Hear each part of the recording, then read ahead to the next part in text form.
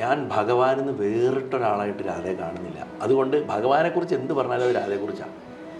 രാധയ്ക്ക് ഭഗവാനിൽ നിന്ന് വേറിട്ടൊരു അസ്തിത്വമില്ല. കാരണം കൃഷ്ണൻ്റെ ഹൃദയത്തിലെ ബ്രഹ്മാനന്ദമാണ്, കൃഷ്ണൻ അനുഭവിക്കുന്ന ആനന്ദാവസ്ഥയാണ് രാധ. ഇത് ശരീരവും മനസ്സും ഒന്നായിരിക്കുന്ന ഒരവസ്ഥയാണ് രാധയും കൃഷ്ണൻ പറഞ്ഞത്. ഭാഗ്യവിഹാരി അതാണ്.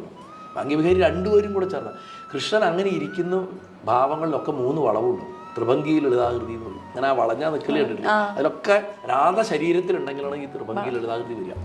ഈ കൃഷ്ണനാണ് രാധയെക്കാട്ടിലും വിരഹം എന്നും അനുഭവിച്ചത്. എന്നാ കൃഷ്ണൻ ഓടക്കുള്ളെടുത്ത് ആറ്റിക്കളഞ്ഞത്. ഭഗവാൻ ഒരു പീരീഡ് കേട്ട് ഭഗവാന്റെ കയ്യിൽ ഓടക്കുള്ള വേണ്ട. നമ്മൾ സിനിമയിൽ സീരിയലിൽ ഭഗവാൻ കയ്യിൽ ഓടക്കുള്ളും പിടിച്ചിട്ട് ഉത്തരവും കയ്യിലിട്ട് നിൽക്കണ കാണുള്ളൂ. ഭഗവത്ഗീത പറയാൻ പോകുമ്പോഴൊക്കെ കൃഷ്ണൻ ഒരു പരിധി കഴിഞ്ഞപ്പോൾ ഓടക്കുള്ള ഉപേക്ഷിച്ചു. വംശി ഉപേക്ഷിക്കുന്നപ്പോഴാണ് രാധ എന്ന് രംഗത്തുനിന്ന് പറയണോ അന്ന് വംശി ഉപേക്ഷിച്ചു എന്ന്. കാരണം അന്തർലീനായി. അവരെ കല്യാണം കഴിപ്പിക്കേണ്ട ആവശ്യമില്ല. അവരെ കല്യാണം കഴിപ്പിക്കേണ്ട ആവശ്യം വരുന്നില്ല. അപ്പോൾ